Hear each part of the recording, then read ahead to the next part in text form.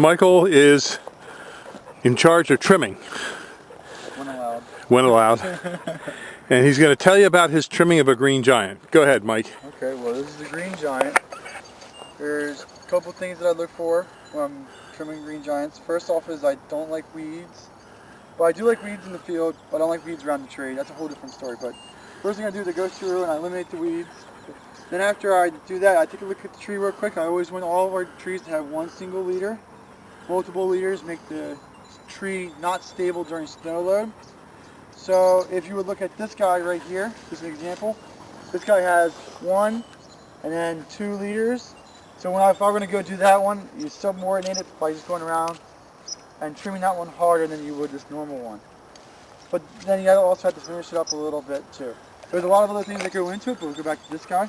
Since this guy has 1 single leader, he's fairly well rounded, so you're pretty good to go with that. So the initial trim would be just a real light haircut. At this size, it's probably about no more than 3 inches to no less than a ½ inch kind of deal. Because when you cut it, you want it to feel that you're cutting it. This thing goes so fast that if you cut like less than a ½ inch, it's not going to do anything to it. It's just going to grow right around it.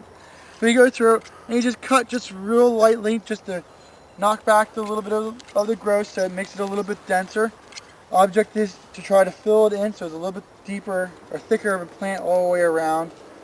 Then after it fills in a little bit more, then what you do is you let this one at this stage not trim this right here, or if you do, you trim it just a little bit back to the next one. Nothing real hard to stunt the growth upwards.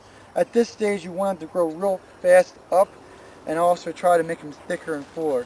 The reason I try to make them thicker and fuller is that when you go through and you do weed control, if it's a thick full plant, it doesn't get weeds in the interior inside of it. An example of that would be like you can see how this weed, this goldenrod, is right in the center of the tree. If you trim it, it makes it a thicker plant and you won't have those weeds in the center of it. So it's just weed maintenance, and that's something I don't like weeds very much around the tree. So we thicken them up. We make sure that they have 1 leader. And at this stage we usually let the central leader alone. But if you get to something like this where it's a little bit thinner, you can see in the inside of it, it's a little thin through here. Then what we're going to do is we're going to make a nice little angle on it, and we will trim the top leader on it just to encourage more growth in this central section through there. But each tree should be looked at individually. Things you really should look for is trying to make them thick, trying to make sure that they have 1 leader, and making sure there's not a lot of weeds around them. Okay, let's start with a tree that hasn't been touched. Okay. And then we'll show you as you actually trim it from when you walk up to the tree to the time the tree is done. Okay. Well, we'll just do this one here, and we'll do that one too while we're at it. First thing you do is you cut the weeds out. That way you can see the tree. You look at it real quick, and it's pretty much good to go. It's got a couple larger ones on this side. I know you can't see it from the camera. You just go around, making it a little bit more uniform. When you touch it, don't take too much of it off. You don't want any real large ones falling, like growing out to the side. And then we go in through here and make a nice little angle on it. You can do it. I'm not going to do it. But if you really want real fat, round ones, you could top it, but I don't think you really need to right now. Okay. Now this one here, we'll do this one. Again, you go through, you remove the weeds so you can see what you have.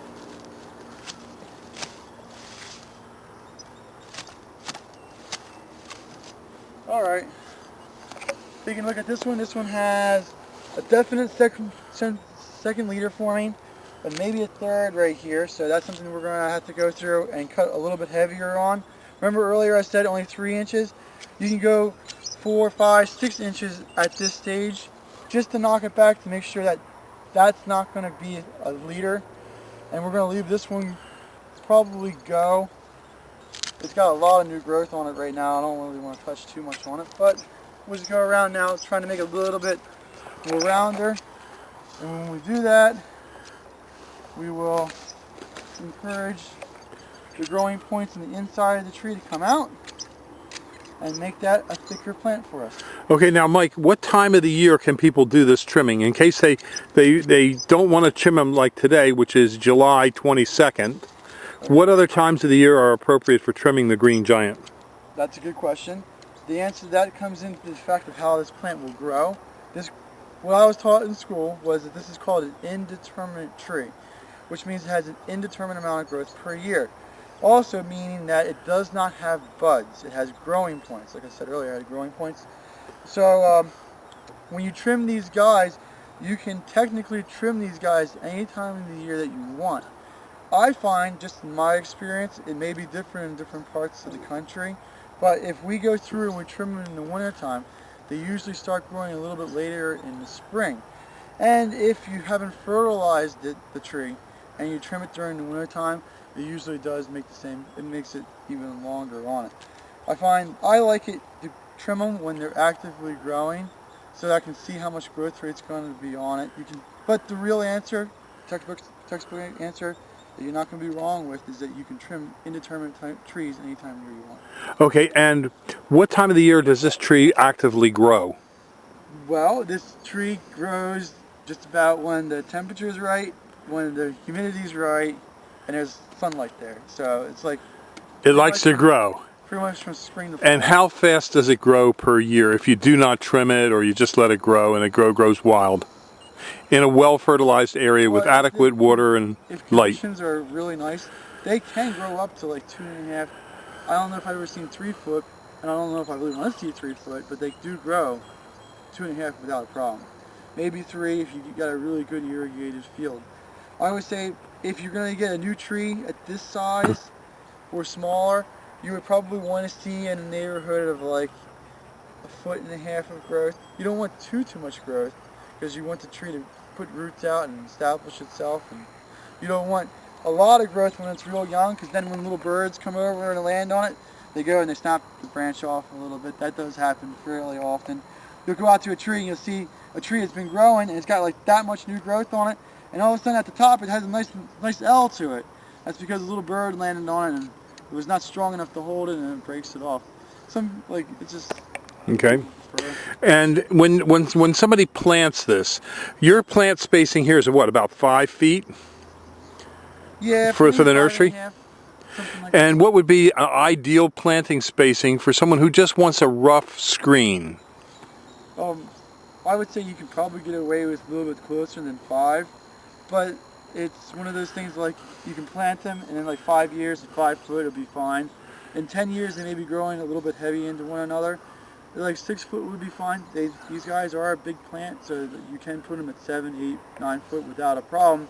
The larger the spacing you put it at, the longer it takes to fill in, so it's one of those things you have to like... weigh and measure. Weigh and measure. Would you say if you had a smaller lot but you wanted a large screen, you would plant them closer? Or if you have a smaller lot, you would want them further apart? Well, I would say you probably want them closer, because in a smaller lot, ideally the thing to do is keep trimming them so they don't get too big.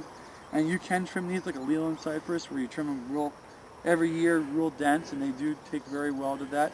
So if you have a small lot, you're going to put them in, I would say you definitely have to trim them. And then if you're going to trim them, I would say you put them in a closer spacing, just so that you can keep them thin this way and not... Right. Now this plant is considered deer resistant. Is it deer proof? Well, it is not deer proof. It's deer resistant. It's very deer resistant. If you have a deer and it's starving, it will eat whatever it can eat, and it will eat the green giant, but it's not one of those things it really likes to eat. It'll eat it when it's really hungry. And another thing it does do is when the deer go in the rut and they start rubbing their antlers, they will start rubbing these guys. And that's another reason why I like to have them a little bit thicker. The thicker the plant, they tend not to like to rub them because the branches poke them in the eye. Right. That's why I like now this field that you're growing them in is surrounded by cornfields and developments in the background, but you do have a deer fence. How high should a person's deer fence be? How high should it be? Whatever they can afford, but the taller the better.